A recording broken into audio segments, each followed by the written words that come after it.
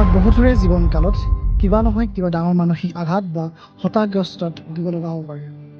বহু সময়ত হয়তো এই পৰিঘটনাসমূহৰ পৰা আমি দীঘলীয়া ক্ষতি নোহোৱাকৈ নিজকে উলিয়াই আনিব পাৰোঁ। কিন্তু বহুজনৰ ক্ষেত্ৰত এই আঘাতসমূহ দীৰ্ঘম্যাদী হয়। মনলৈ ঘটনাৰ পুনৰাবৃত্তি হোৱা, ঋণাত্মক চিন্তাধাৰা, দ্বিধাগ্ৰস্ত, দৈনন্দিন জীৱনত শংকাৰ সৃষ্টি কৰা এই পৰিঘটনাসমূহকে পোষ্ট ট্ৰমাটিক ষ্ট্ৰেছ ডিছঅৰ্ডাৰ বা PTSD বুলি জনা যায়। বৰ্তমান সংঘটিত দুৰ্যোগ বা মহামাৰীৰ পাছত এই বেদনাদায়ক ঘটনাসমূহে তাৎক্ষণিকভাৱে মানসিক চাপৰ সৃষ্টি কৰিছে।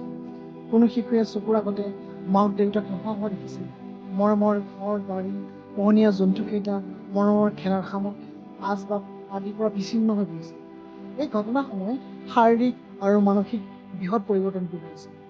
চিন্তা আৰু মানসিক আঘাতসমূহে মগজুৰ এমিগডালা বিভিন্ন ৰাসায়নিক প্ৰেৰণৰ দ্বাৰা উত্তেজিত কৰি তোলে, যাৰ ফলত শিশুসকলৰ মনত দীৰ্ঘদিনীয়া চাপ পৰে।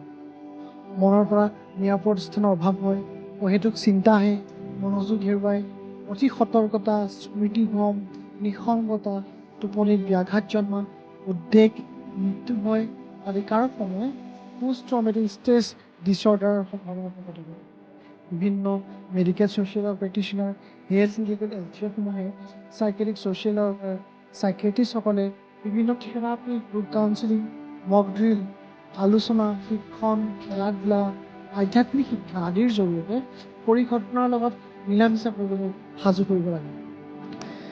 গতিকে বাস্তৱিকভাৱে হেৰাই যোৱা পৃথিৱীখন উদ্ধাৰৰ বাবে এনেধৰণৰ ছ'চিয়েল মেণ্টেল ছাপোৰ্ট, একচেপ্টেঞ্চ বা তেওঁলোকৰ অৱস্থাত গ্ৰহণ কৰা, এম্পেথি বা তেওঁলোকৰ ৰূপতে নিজকে ৰাখি পৰিস্থিতিক বুজিবলৈ চেষ্টা কৰা আদিয়ে দুৰ্যোগৰ পাছত মানসিক অৱস্থাক চাবলৈ অত্যন্ত গুৰুত্বপূৰ্ণ। Let us not only rebuild their homes, let us rebuild their hope.